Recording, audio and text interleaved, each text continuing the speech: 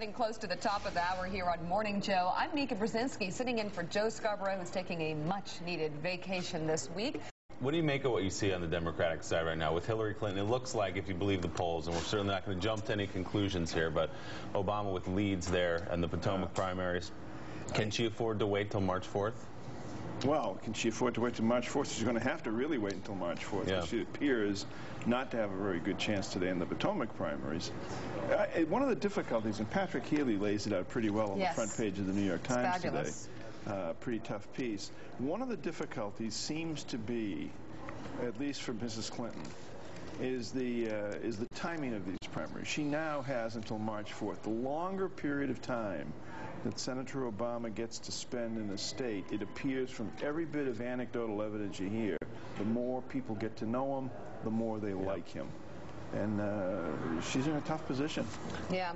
In Patrick Healy's article, he says Clinton's money problems and staff shakeup may rattle some superdelegates who had assumed at the start of this campaign that she had the superior fundraising capacity and seasoned team that could weather unexpected problems. Yet whenever they run into a problem, it seems like there's a little bit, according to this reporting, of a meltdown in the campaign. If you saw that right after Iowa. The fact that, you know, depending as much on the superdelegates as it appears the Clinton campaign is doing right at this point in time is a pretty tenuous position to be in. Well, we have Hillary Clinton speaking yesterday on just that. Here's Hillary Clinton on the superdelegates. Take a listen.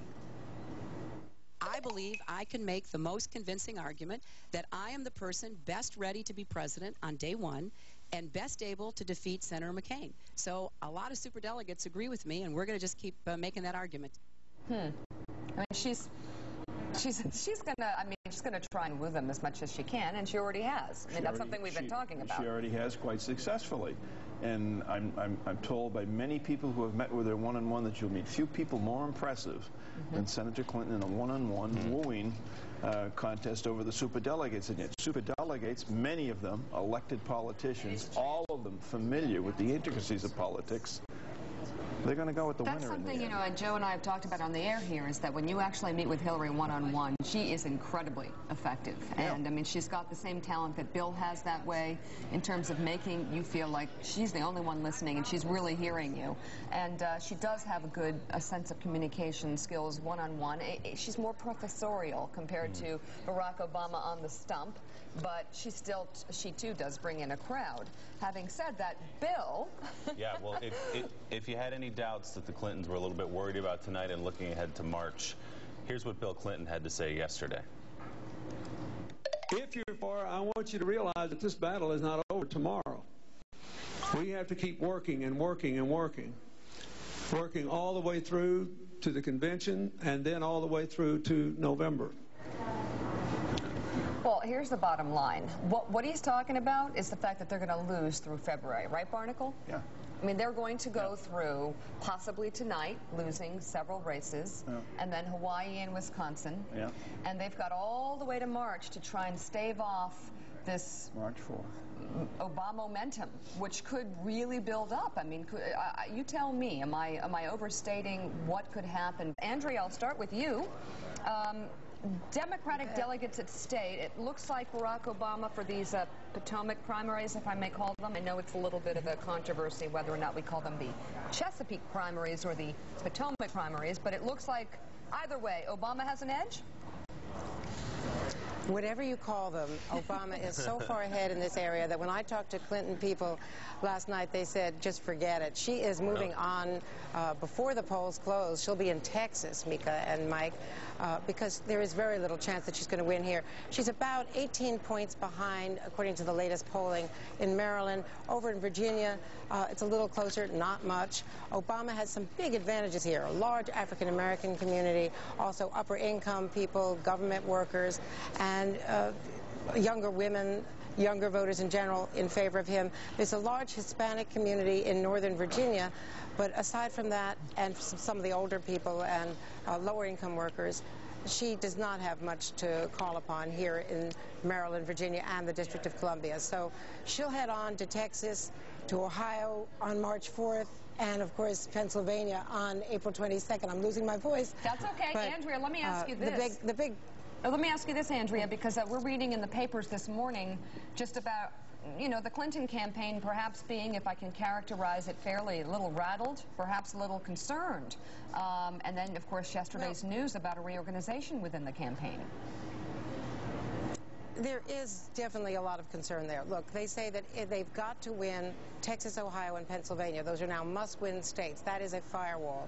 It's very clear to them that if she doesn't win one of those big states, she's in serious trouble, if not having, you know, lost the nomination to Barack Obama. They're not conceding that they would drop out until those delegate numbers go over, but they will start losing not only money, but the superdelegates. So that is what they're trying to do. That's why she picked up the phone yesterday, called her biggest donors, the so-called hill raisers, and tried to persuade them not to worry, not to abandon ship, not to have the superdelegates start slipping away.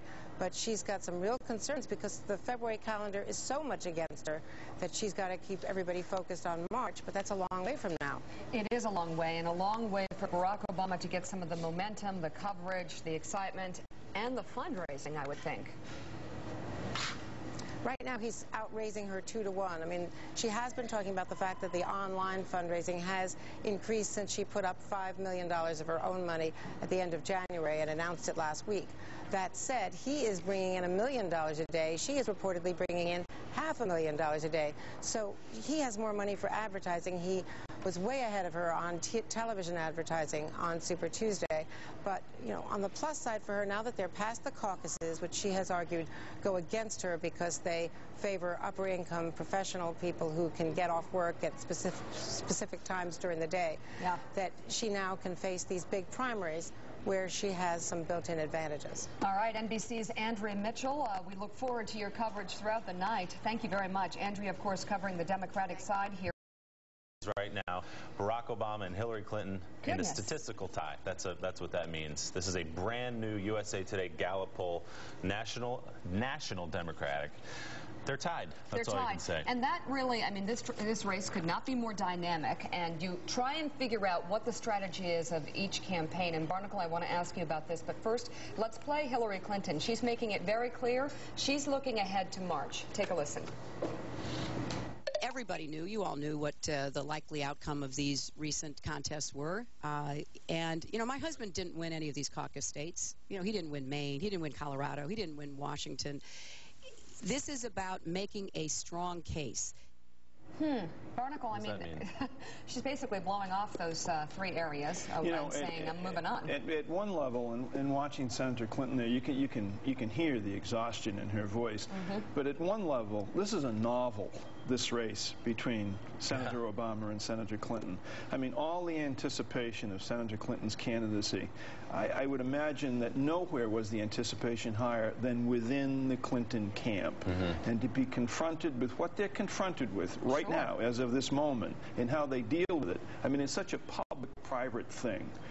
There's never really an aspect of the private for her, but she's got to go out there publicly, dealing with the weight of what's happened, put the best face on what is not a pretty picture, the campaign. And, you know, the word polarizing comes to bear with Hillary Clinton when you talk about her once in a while.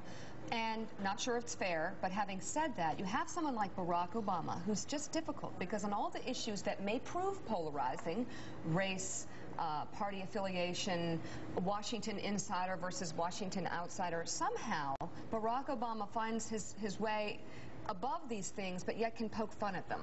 He does. He was taught. We have a great soundbite here. We've heard about these so-called Obamacans, Republicans who may cross over and vote for Barack Obama. Barack Obama himself says he's heard whispers about these Obamacans. Right there. That's what I'm talking about. You know, we got a lot of that in Iowa. Joe and I, people would come up to us at Java Joe's, which was a great time, and they'd be like, we're Republicans, but we're for Obama. And they literally would whisper it as if it was confession. Yeah, well, it gets back to what we were just talking about before that clip. I mean, which Clinton, former President Clinton or Hillary Clinton, is now doing the Paul Newman bit and Butch Cassidy saying, who are those guys? Right. I mean, you see Obama there doing that, you know, whispering thing, and he's so real And I know we fall in great peril to people thinking, oh, we're wrong. It's incredibly dramatic. It is an interesting point you bring up, Mike. Could the Clintons have expected this? I mean, No. it's kind of like, you know, when Mike Tyson would walk into a ring and just expect the guy to fall over in front of him. Well, one time Buster Douglas hit him and he fell down. You're not ready for somebody to actually not only that, but I mean, Buster Douglas getting into the ring with Mike Tyson, this is a young man, and he is a young man from Illinois, first time ever in a national campaign, getting into the ring with two people who have been in national campaigns for nearly 20 years. And look at where the fight is. Well, and Bill Clinton is a great example of sort of what the gauge is on the campaign. You've seen him now recalibrate a few times. I think that's fair to say. He went from, you know, certain remarks that people really took offense to then saying, I'm not going to defend my wife because that doesn't work. Now, this is Bill Clinton and how he describes his role. Take a listen. You know, I'm a hired hand here for my wife. She says, I told her the other day, I said, haven't you heard about the maximum hour laws? And she said, well, you're not a child and free help's hard to find. Go back to work. Okay. So he's the hired help now. I mean, that's pretty